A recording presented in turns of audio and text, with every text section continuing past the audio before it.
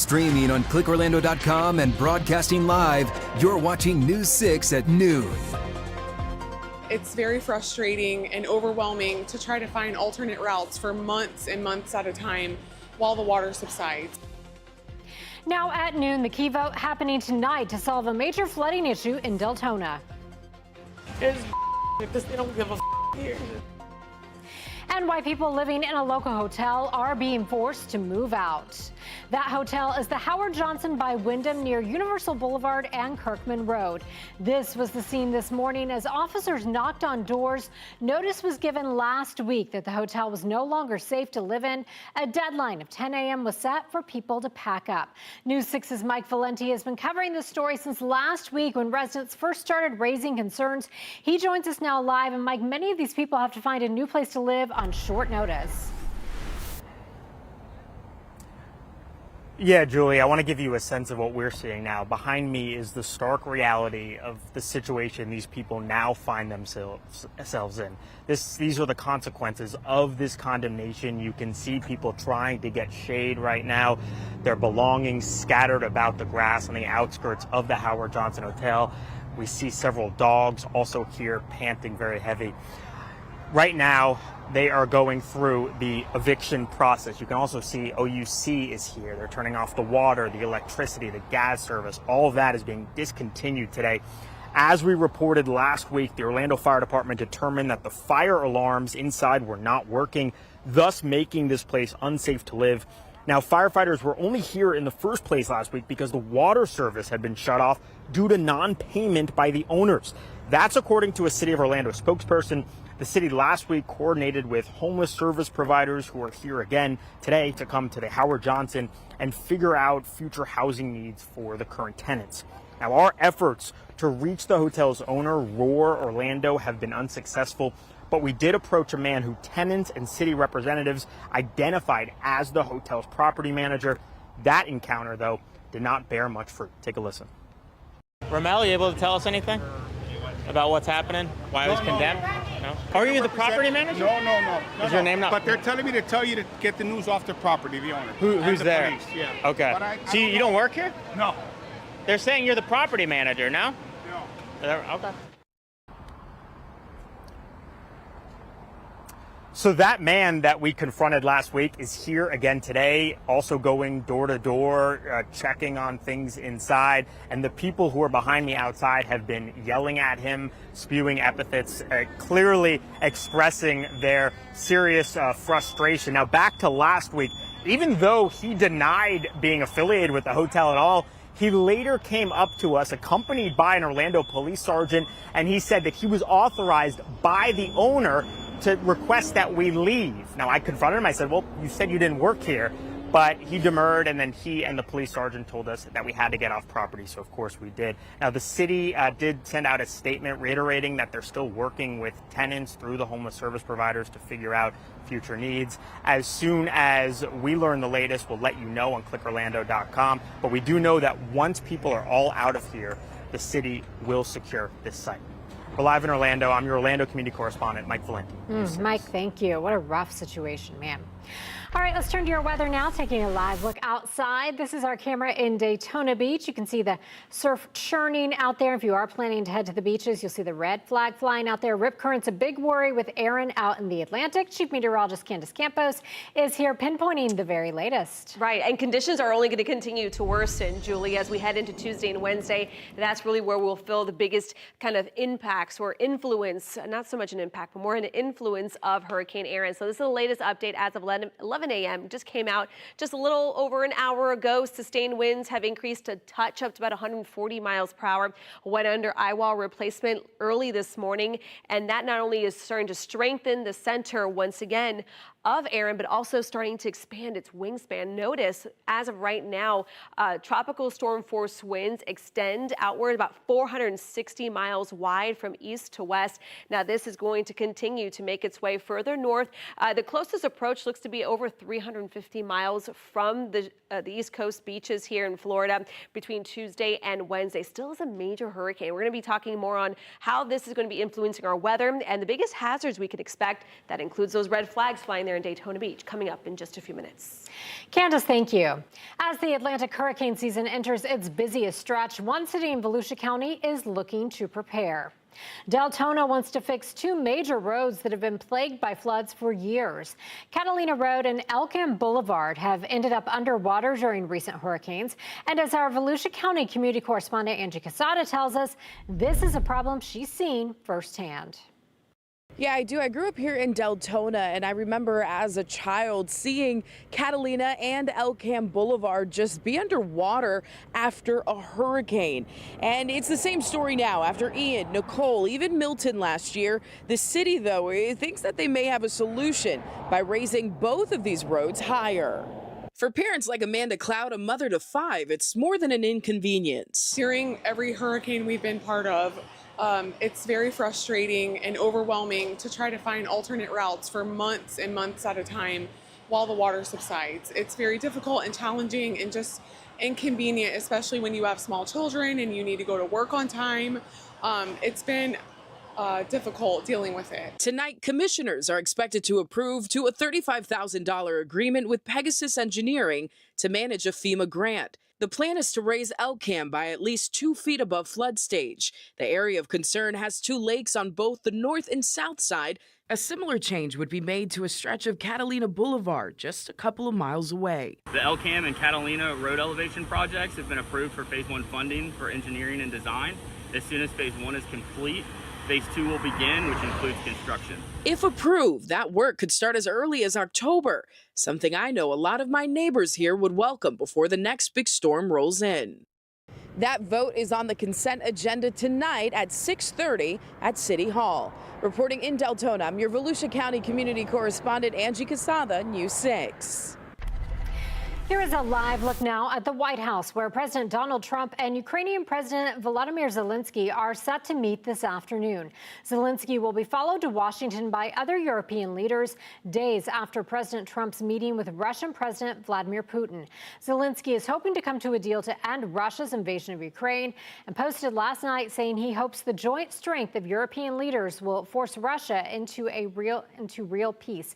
Recently, President Trump backed off his push for a short-term ceasefire and instead suggested to go directly to a peace agreement, though Zelensky does not seem to agree. We'll be tracking what happens at the White House. We'll have the latest updates for you online at clickorlando.com and right here on News 6 starting at 4. Happening today, a federal judge is holding a hearing over Florida's controversial immigration detention center, Alligator Alcatraz. Lawyers say detainees are being blocked from meeting with legal counsel and that the government is violating due process, which is guaranteed by the 14th Amendment. The Department of Homeland Security has denied the allegations. We will keep you updated on what the judge decides on clickorlando.com.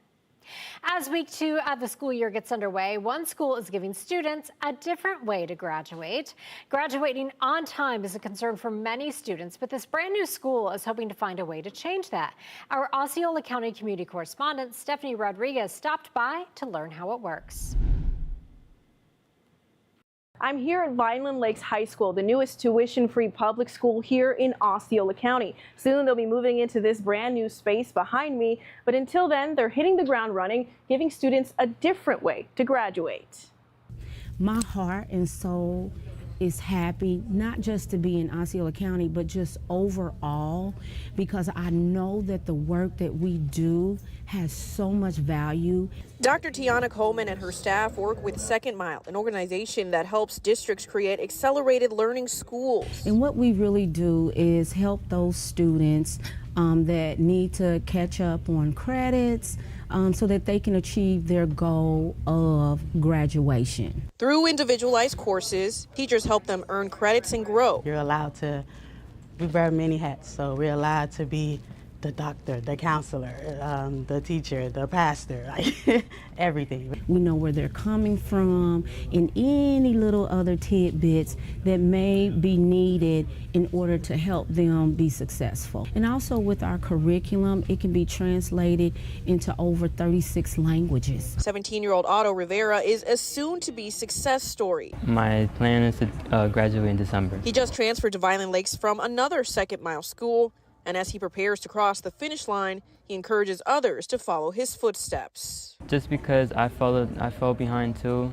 and now that I came here, I'm right on path and even further than what I'm supposed to be. They offer rolling enrollment, which means you can come down here and sign your child up. They also have flexible schedules and offer help with transportation. We'll have more details at clickorlando.com. I'm your Osceola County community correspondent, Stephanie Rodriguez, News 6. Millions of dollars are lost every year just in the state of Florida to romance scams. Coming up, News 6 investigator Louis Bolden has a warning for anyone dealing with an online relationship with a woman who says she lost thousands. You're watching News 6 at noon. Stay with us. We'll be right back. Introducing the new $25 million Gold Rush Multiplier Scratch-Off from the Florida Lottery.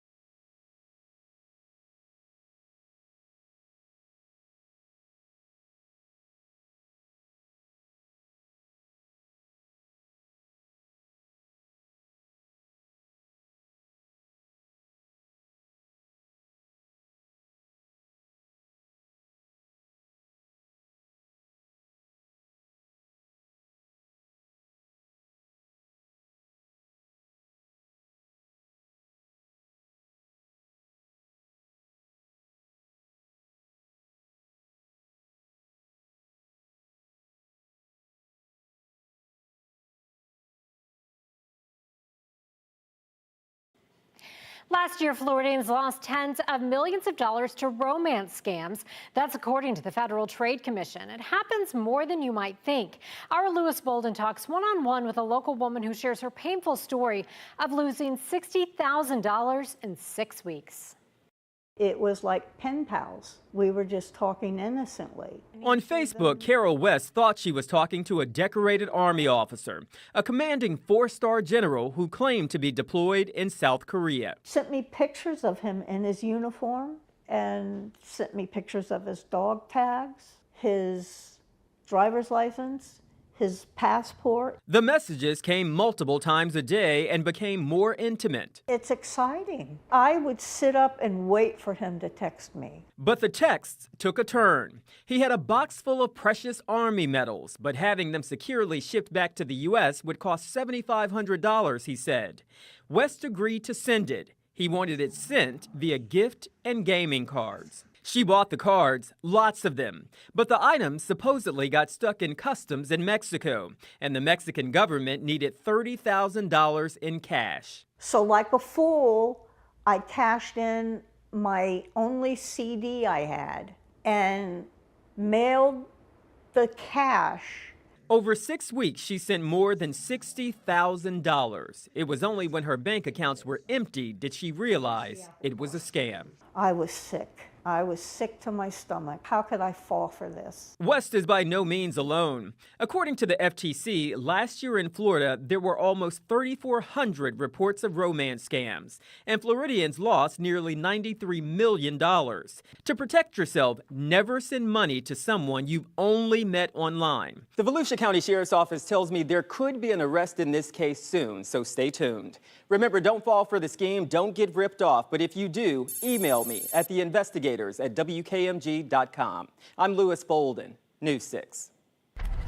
It is 12:15 and time to get you back to your forecast. We'll start with a live look over Daytona Beach, where it's a beautiful looking shot, but we're talking about some rip currents that will only get worse as we head through the next couple of days. So you definitely need to be careful. Chief Meteorologist Candace Campos is here also looking at the radar, which is pretty quiet for now, but that will change too. Right, we just have a couple little speckles of rain right now lining up right along 95.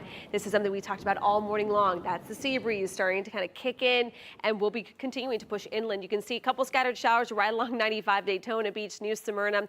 You can not only follow the interactive radar and the rain that's impacting you every afternoon, but you also now can be tracking the tropics as well. We put two of our really handy dandy apps right into one. So again, that News 6 app, it is free to download. Just search WKMG in wherever you get your apps from. Then a little further south in Brevard County, we're watching a little cluster here right along the Cape there in Rockledge. And actually you can see the rain falling from the one side here of your screen. There's one of the Disney cruise ships there, our Launch Credit Union camera right now showcasing that temperature of 88 degrees. The breeze is starting to pick up right now, gusts upwards about 10 miles per hour. Now we've been hearing a lot of cruise lines having to kind of change their routes due to still a major hurricane there, with Hurricane Erin continuing to approach the East Coast. We're going to start seeing a lot of those swells kind of churned up by Erin starting to arrive into Central Florida really come Tuesday and Wednesday. So as Julie mentioned, high risk of rip currents already today. That's going to continue all week. Where we are going to see conditions deteriorate is really when it comes to this beach surf. We're talking breaking waves 4 to 6 tomorrow, 5 to 8 on Wednesday. And for boaters, your nearshore waters, light chop today and kind of choppy to rough as we head into your Wednesday, up to about 11-foot seas there along the nearshore waters. So the combination of those high swells, the beach, the rough surf, there certainly will be plenty of advisories in place for tomorrow, but also the concern of some beach erosion due to Hurricane Erin. At the end of the day, that's really the only real dangerous impact we're going to see here in Central Florida. Latest update as of 11 a.m., still a powerful Category 4 hurricane, sustained winds of 140 miles per hour. Still hurricane watches and warnings still in effect for parts of the southern Bahamas there. Now, as we continue into the next couple of days, it's still going to maintain Category 4 to 3 strength here. I put the little measuring tool here. You can see the closest approach, which is the far western fringe of that forecast cone, still puts it about 350 miles or farther from us here in Central Florida. And that's really the story all the way up the eastern seaboard. So those same rough conditions we're experiencing, so will most of the eastern side of the country. Now, a little bit of kind of a counterintuitive influence that Erin will have is really going to be with the dry air. It's going to start sucking out all that moisture in our atmosphere and continuing to kind of suck it into the actual center of the storm, kind of wrapping around some dry air. So rain chances today at 60%, but then as we head into Tuesday and Wednesday, rain chances do drop off a bit. So you can see here clouds and rain forecasts developing some of those scattered showers. Most of it will push out, but notice come Tuesday and Wednesday, completely different story, not as stormy. But now let's check on that hour-by-hour forecast for today. Sponsored by Strata Air Conditioning and Heating. AC emergency, you ought to call Strata. All right, you can see highs today in the mid-90s. Rain chances will be about 60%. Now, along with the drier weather, we're going to see breezier conditions. Our breeze come Tuesday and Wednesday will start to pick up between 20 to 25 miles per hour. Could get up to about 30 miles per hour at times. So that's a great result with your full 7-day forecast. Luckily, no direct impact from this storm. Certainly will be getting the brunt of it, though, along the coast. Julie. Candace, thank you. It was a celebration of epic proportions this weekend, commemorating a special season for 2 teams. Coming up, check out how the Lake Mary All-Stars closed out their years, and we'll hear from one of the players. You're watching News 6 at noon. Stay with us. We'll be right back.